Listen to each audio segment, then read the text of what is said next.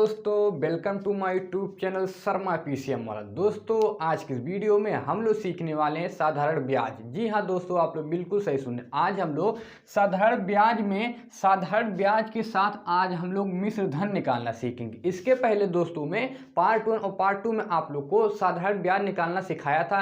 जब हमारा वर्षों में दिया रहे या मंथ में दिया रहे तब उसका साधारण ब्याज कैसे निकाला जाता है। आज हम लोग साधारण ब्याज निकालना सीखेंगे, लेकिन साधारण ब्याज के साथ आज हम लोग मिश्र धन भी निकालना सीखेंगे कि साधारण ब्याज के साथ मिश्र धन कैसे निकाला जाता है। तो चलते हैं दोस्तों, हम लोग बिना देरी के इस क्वेश्चन को सॉल्व करते हैं। तो चलते हैं दोस्तों क्वेश्चन पर। तो दोस्तों हमारा क्वेश्चन दिया गया। इस क्वेश्चन में दोस्तों कह रहा है 500 रुपये का 12% वार्षिक ब्याज की दर से 3 वर्ष का साधारण ब्याज तथा मिश्र धन ज्ञात कीजिए। क्या कह रहा है दोस्तों?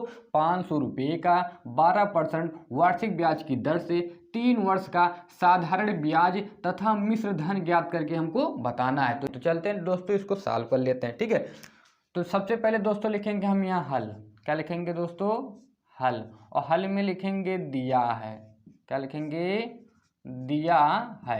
तो क्या दिया गया दोस्तों? हम आप लोग को पहले ही बताए थे कि जो पहला मान दिया है वो किसका मान रहता है दोस्तों? मूलधन का मान रहता है। तो दोस्तों हमारा मूलधन, क्या मूलधन, तो मूलधन दोस्तों देखो हमारा कितना दिया गया? 500 रुपया। तो मूलधन बराबर कितना हो जाएगा? 500 रुपया। ठीक है, इतना समझ में आ गया। फिर कह रहा है 12% वार्षिक ब्याज की दर से, तो दर का मान कितना हमारा? 12% है। ठीक है, तो हमारा हो जाएगा दर बराबर 12%। ठीक है, इतना समझ में आ गया। फिर दोस्तों कितना कह रहा है? 3 वर्ष का साधारण ब्याज तथा मिश्र धन ज्ञात कीजिए। मतलब समय हमारे पास कितना दिया गया? अब की बार 3 वर्ष समय हमारे पास दिया गया। ठीक है, तो समय बराबर हमारा दोस्तों हो जाएगा यहाँ पर 3 वर्ष।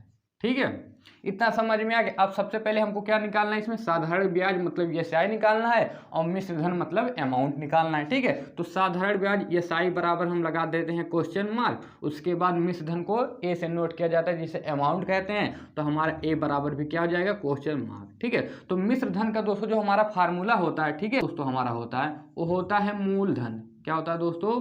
मूलधन होता है और प्लस क्या होता है हमारा? ब्याज।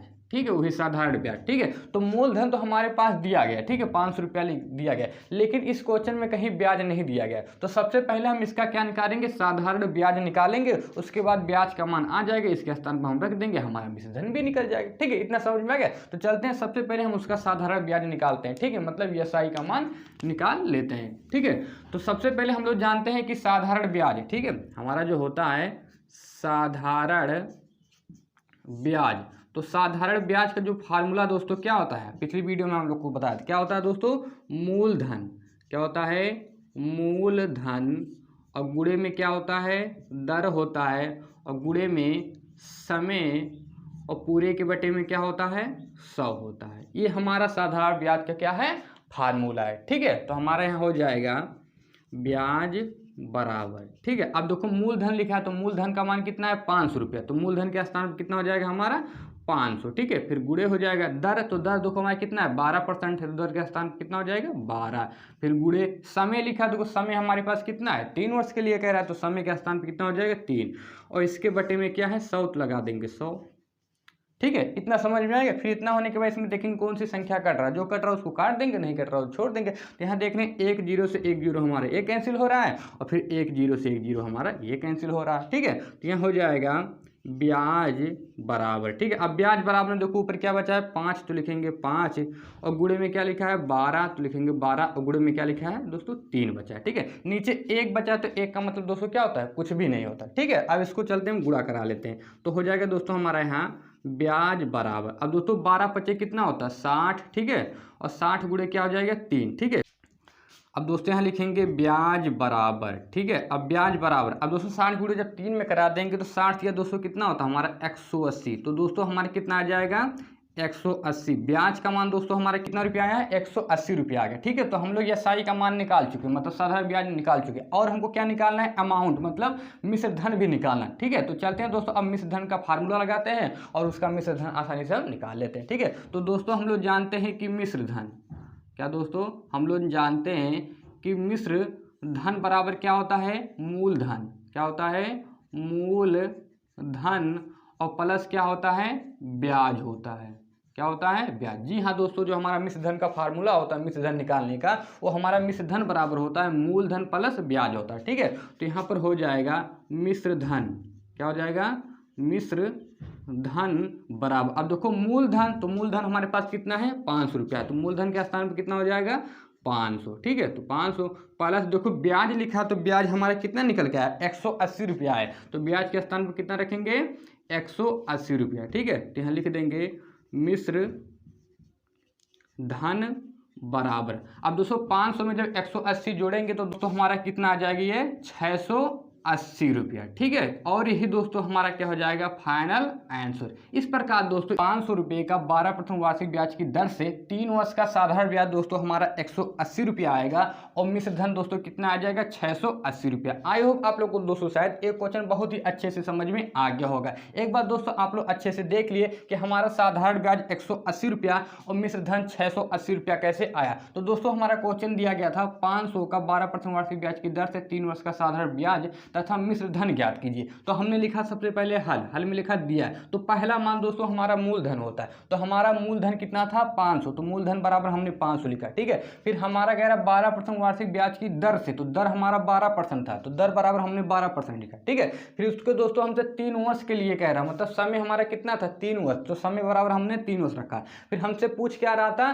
साधारण ब्याज तथा मिश्र धन, तो दोस्तों साधारण ब्याज को एसआई से नोट करते, तो शॉर्टकट में हम लिख दिया एसआई बराबर क्वेश्चन मार्क। उसके बाद दोस्तों मिश्र धन हमसे पूछ रहा था, तो मिश्र धन को इंग्लिश में अमाउंट कहते हैं, तो अमाउंट बराबर क्वेश्चन मार्क। दो चीज हमको निकालना था, पहला क्या निकालना था? साधारण ब्याज, और दूसरा क्या निकालना था? मिश्र धन। तो हमने साधारण ब्याज के एसआई से नोट किया, एसआई बराबर क्वेश्चन मार्क, और मिश्र धन को ए से करते ए बराबर क्वेश्चन मार्क हो जाएगा। ठीक है, तो मिश्र धन दोस्तों कब निकल सकता है? जब हमारे पास ब्याज होता है तभी मिश्र धन निकल सकता है। क्योंकि यहाँ पर देख लो आप लोग, मिश्र धन का फार्मूला क्या होता है? मूलधन प्लस ब्याज होता है। तो मूलधन तो हमारे पहले से दिया गया था, लेकिन हमारे पास ब्याज नहीं था। इसका मतलब सबसे पहले हमको ब्याज निकालना था। ठीक है, मतलब क्या निकालना था? साधारण ब्याज। इसको ब्याज को या साधारण ब्याज के बात है। ठीक है, तो हमने साधारण ब्याज का फार्मूला लगाया, तो साधारण ब्याज का फार्मूला हमारा होता है मूलधन गुणे दर गुणे समय और पूरे के बटे में 100। तो हमने ये फार्मूला लगाया, फिर हमने लिखा ब्याज बराबर। ठीक है, अब मूलधन देखो हमारे यहाँ दोस्तों 500 था, तो मूलधन के स्थान पर हमने 500 रखा। दर हमारा 12% था, तो दर के स्थान पर हमने 12 रखा। समय हमारा 3 वर्ष था, तो समय के स्थान पर 3 रखा। उसके बटे में 100 था, तो हमने बटे में 100 लगाया। ठीक है,